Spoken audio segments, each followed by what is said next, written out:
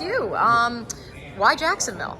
Oh man, it was a great opportunity. It kind of came up quickly, after Jim Bob left for Indy, and talked to Press and Doug and Phil Rauscher, and just kind of, I think the culture here and the vibe here is just so almost unique in the NFL that it feels like a no-brainer. So it was great. And you have a interesting route because of your relationship. Correct me if I'm wrong, with Press and the. So and the I actually brothers. know. I actually worked with Zach. Okay. So I worked with Zach a long time ago. My first job was as GA at Nebraska, and that's really how I got to know the Taylors. And then, but then, whatever. That's a long time ago. So I'm actually closer with Zach. But then we've all kept in touch. And then when this thing came open, I also knew Phil and worked with Bernie before, and Brinson Buckner and a couple other people. So that was probably all of them probably helped me get here. It was just Press, but it's been great working with all of them so far. Because you were all like former quarterbacks, right? So I Zach, was the only one who wasn't the quarterback. I was a receiver, but Interesting. then I was a GA at Nebraska, or offensive assistant, and Zach was finishing whatever he was doing. He was doing mini camps and stuff, and he came back and helped out. And so he helped out for the first couple months of the season until he got signed in Canada and left me with all his work. So, I still don't forget about it. Now he's a head coach, and probably not helping me out at all, but that's all right. But it was like a group of you guys, Yeah, right? yeah. That you all got So together. it was like Cliff Kingsbury, Brian Callahan, Press Taylor, myself, and then a couple other guys. So it was way back in the day. There's a picture of us floating around. I had a lot more hair, looked a lot lighter, but other than that, it was good. How wild is it though that like that little brain trust, that little friend group has now turned into some of the most elite coaches in college and NFL? It's pretty strange, and we worked this camp in Norman at the Taylors.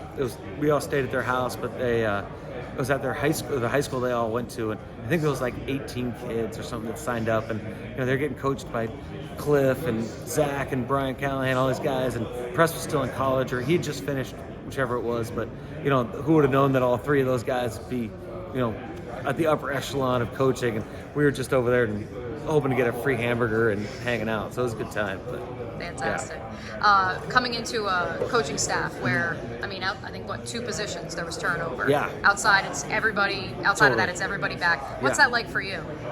It's interesting, right? Because they all know how they want everything done, but I think part of the reason I got hired is because I'm from outside. I've been part of a lot of different systems, and so done things a different way and seen stuff a different way. So that's been, I think, kind of one of the reasons probably pushed me over, in my opinion, probably pushed me over some of the other guys that they were talking to, that there's just variation, and they want to learn or listen to new ideas too. And I think that's a really cool part of the culture Doug and Press have created, is it's like anybody's got a good idea or something different the way they've done it, let's talk about it, let's see if this idea works and it fits what we want to do. And so that's been kind of the really cool part of coming into a group that's established, knows what they want to do, but also really is flexible how we move forward.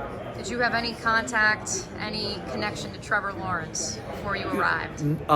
Really, my only connection is Hunter Renfrow, who I was with at the Raiders for all those years. And Hunter, the moment I was texting him that I was coming here, he was like, "Oh, you're gonna love him. He's the best."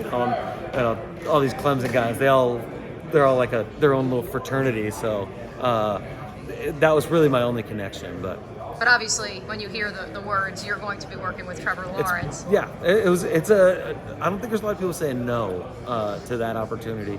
And he's, been as advertised or, even more than advertised. I think just the way he carries himself, the way, he's, to me, at least from a new person, regardless of what happened before, it feels like it's Trevor's offense, and it's Trevor's team, and he's really the calm, but he's really intentional the way he talks and what he says to everybody and how he wants to communicate. And it's been really cool to see, his growth, even the short time I've been here, as kind of the leader of the team. So I think it's going to keep going the right direction.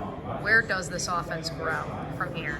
Oh man, I think we want to be, our goals are, obviously we always want to, protect the football, but I think we just want to be more consistent, consistently efficient and more explosive, right? The more sometimes we just less negative plays, just really kind of control and dictate the tempo and the possession of the game, and then as many times as we can get chunk plays, get those. And I think, you watch the tape from last year, and there was a lot of explosives out there, but you ask all our players and all our coaches, there's some we left out there, and there's a lot of plays where, oh shoot, now we would have done this, and now they're year 2 of the system and the offense that I think we probably feel like we have more answers for whatever the defense does for us. So I think that's kind of the hopes going forward, is that we can build on all that. Not that you guys listen to outside noise, and I know there's a couple coaches in here, and Doug, who maybe aren't as high on PFF, but okay. A lot of those stat heads like to bash the offensive line here. I would say they're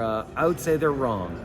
Personally, I think you watch this first of all, we put a lot on our line. There's a lot of people that, they protect their, we're not going to let we're going to chip both sides all the time.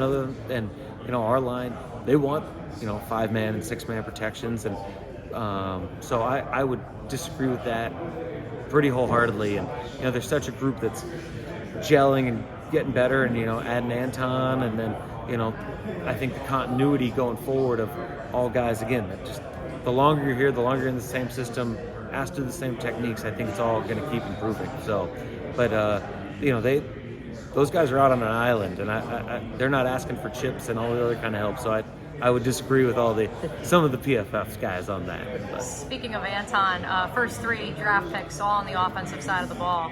Of those 3, you could go through all 3.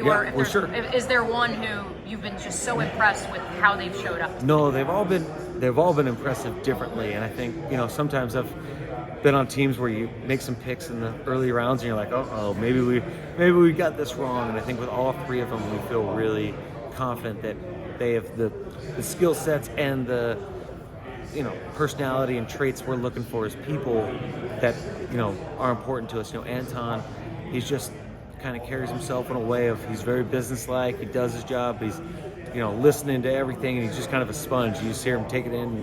He's got that, Brandon Sheriff and a lot of the other older players in the room, and they've really, he just, whatever they say, he's listening, he's taking it all in. And then, Brenton's been great. He's bigger, I never saw him in person before we drafted him. I know Rich had seen him in some of the scouts and things like that, but he's bigger than I thought, on tape. And even the combine workouts and things like that, and where you see him with his, his pads off, he looks bigger, he is bigger than he looked in those days. And so, his skill set, and he moves really well, and I think he's going to be a good physical blocker for us. And so for him, I think we're really happy with just how much he's grown in the couple weeks that he's been here. And then Parker, he came in, he was a little nicked up in the beginning, so we kind of started him slowly. And since he's been full go, to me, now you see the change of direction and the explosiveness you saw on tape. And so, I think all 3 of them are going to have a role. Obviously Anton's role is probably going to be pretty big, and then the rest of those guys, they're going to, I think, keep growing as the season goes on. And I think they're all going to have a probably pretty decent impact on our offense. One more for me. I asked Richard this as well. You hear Doug Peterson, and I think nationally people go, oh, well, the tight ends. The tight ends are the basis of his offense just because he had Zach Ertz. Yeah. Is the tight end the basis of this offense? I think here's what I would say. I think the best thing we do is we're going to take kind of what the defense gives us, right? And we have a lot of speed outside, which really helps kind of open up the tight ends, right? And so I think for some of those things, we like to be really variable as an offense and flexible and kind of not know where the ball's going. So, but we do rely on a tight end to do a lot of jobs for us, right? In the run game and in the pass game. And I think it's hard to have a one-dimensional tight end in a Doug Peterson offense. So I would say Doug Peterson offense always has well-rounded tight ends, and those guys can everybody in the league's looking for well-rounded guys. So we feel pretty good about all of them.